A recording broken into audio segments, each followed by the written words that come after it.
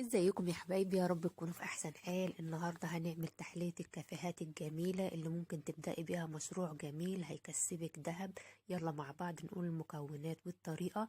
عندي كوبايتين من الدقيق ونص، يعني معايا كوبايتين ونص من الدقيق الابيض العادي بتاع الكيكة الجميل اللي احنا بنستعمله اهو يا حبايبي. لازم تنخليه كويس قوي. ومعايا كمان نص كوباية من الكاكاو. ده كاكاو خام بتشتريه من عند العطار، بيبقى كاكاو سايب على بعضه كده. ومعايا كمان كوباية ونص من السكر، ومعايا نص كوباية لبن، وعندي كوباية من الزيت. طبعا ده كله بمج واحد بس، المج اللي احنا شغالين بيه. وكمان عندي 3 معالق كبار من الزيت. نيجي بقى يا حبايبي للبيض. عندي 6 بيضات بدرجة حرارة الغرفة. ومعايا كمان معلقة ونص من البيكنج باودر، دي معلقة كبيرة ونص بيكنج باودر. ومعايا رشة ملح، ومعايا 2 باكت فانيليا. يلا مع بعض نبدأ ونقول بسم الله. أول حاجة هحط على البيض رشة الملح، وكمان هحط الفانيليا. الطريقة بتاعتي دي أنا معتمداها، يعني بصراحة ما بغيرهاش طريقة الكيكة دي، لأنها ناجحة 1000000%، جميلة جدا جدا. بعد ما حطيت الفانيليا هبدأ أضيف كوباية ونص من السكر، وهبدأ أضرب بالمضرب الكهرباء على أعلى سرعة لحد ما الخليط يبقى فاتح معايا. كل ما يكون الخليط فاتح معاكي ولونه مدي على الأصفر الفاتح كده، تبقى الكيكة هتطلع معاكي ناجحة وجميلة. أنا كده دوبت السكر. هبدأ أضيف على الخليط بتاعنا الزيت اهو يا حبايبي. شايفين الخليط فتح معايا وجميل جدا، وهيفتح اكتر كمان بعد ما نحط الزيت ونضرب برضو على اعلى سرعة. هحط كوباية الزيت، وهحط كمان معاهم 3 معالق برضو من الزيت. ده المقدار الصحيح المظبوط للكيكة الجميلة بتاعتنا. بتطلع هشة وبتطلع جميلة جدا جدا. هضرب على اعلى سرعة، وبرضو زي ما قلتلكوا الخليط برضو هيفتح معايا اكتر بعد ما احط الزيت.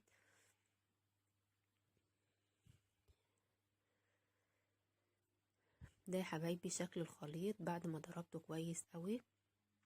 في بولة تانية هبدأ اضيف الدقيق، وهضيف عليه البيكنج باودر، وهضيف عليه الكاكاو اهو يا حبايبي. انا كده حطيت في البولة الدقيق، هنحط كوبايتين ونص من الدقيق،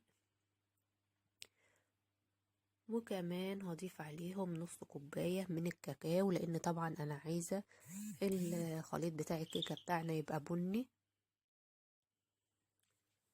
بعد كده يا حبايبي هحط البيكنج باودر. هحط معلقة كبيرة ونص من البيكنج باودر، وهقلب الخليط بتاعنا الجميل كويس قوي بالشكل ده.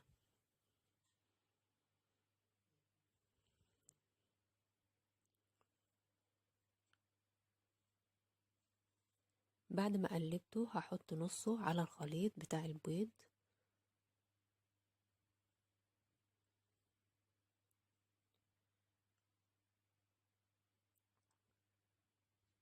هحط نص الكمية من الدقيق.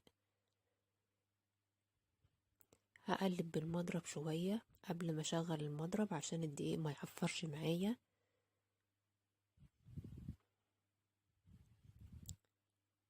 بعد كده هشغل المضرب على اعلى سرعة.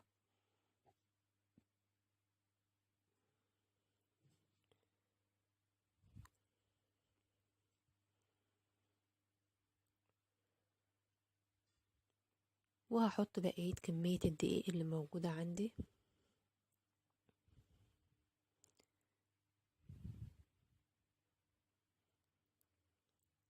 وهخلط المكونات دي كلها مع بعضها كويس قوي.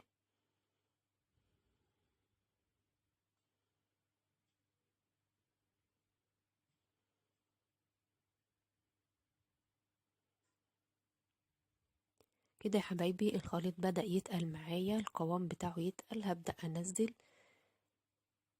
الدقيق اللي في اطراف البولة بالشكل ده عشان الخليط كله يبقى خليط متجانس ويتخلط كويس مع بعضه.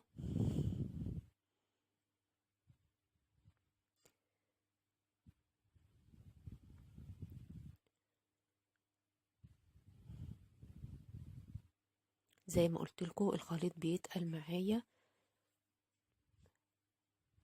بعد ما هخلص خلط هبدأ اظبط الخليط بشوية لبن، نص كوباية لبن هضيفها على الخليط وبرضه هضرب بالمضرب.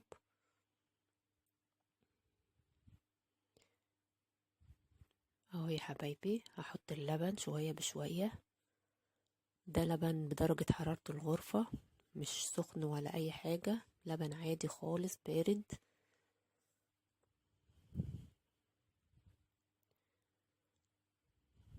بلاحظ ان الخليط بدأ يظبط معايا والقوام بتاع الكيكة المظبوط بدأ يبقى جميل معايا بالشكل ده. كده الخليط بتاعنا الجميل بتاع الكيكة بقى جاهز. شايفين القوام بتاعه عامل ازاي؟ ده القوام المظبوط لخليط الكيكة بتاعتنا.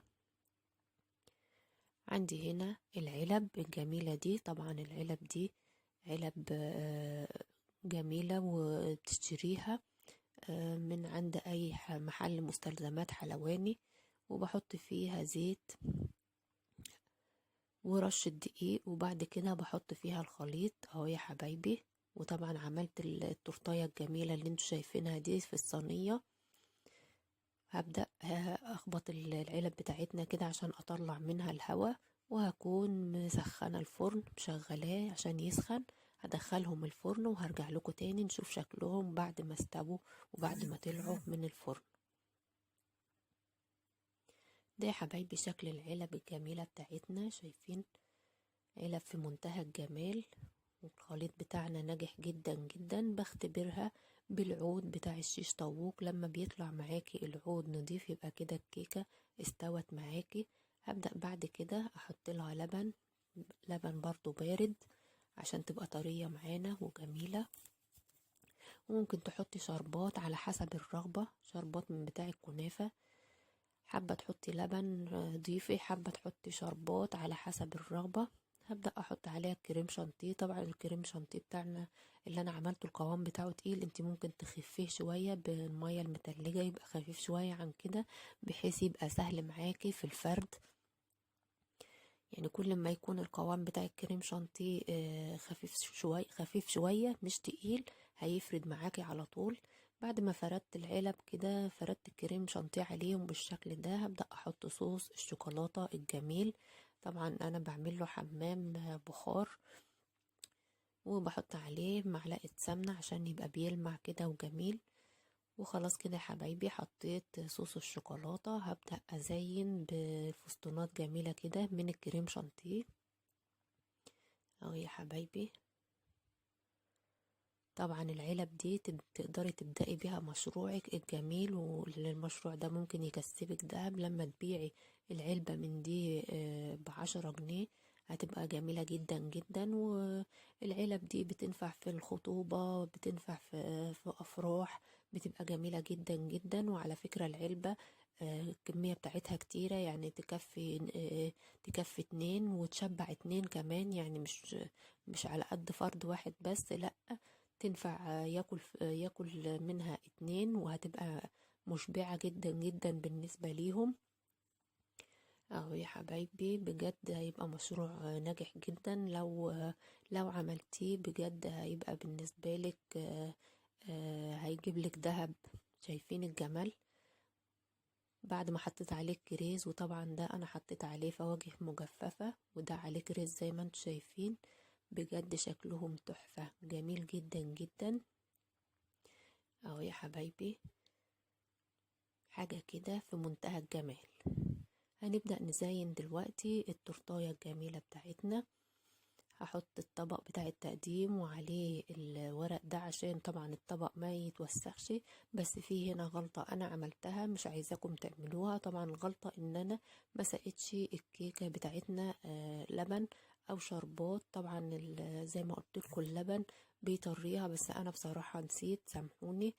فانتي ما تعمليش الغلطة ديت. انتي لما تيجي قبل ما تزيني الكيكة وتحطي عليها كريم شانتيه لازم تسقيها لبن عشان تبقى طرية معاكي. هو الكريم شانتيه بيطريها، بيخليها جميلة، بس برضو اللبن بيطريها اكتر وبيخليها فوق الممتاز.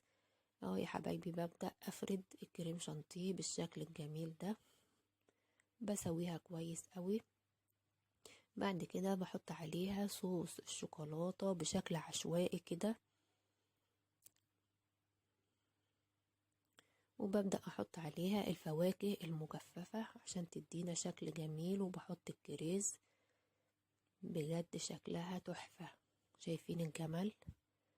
حاجة كده خطيرة، جميلة جدا جدا.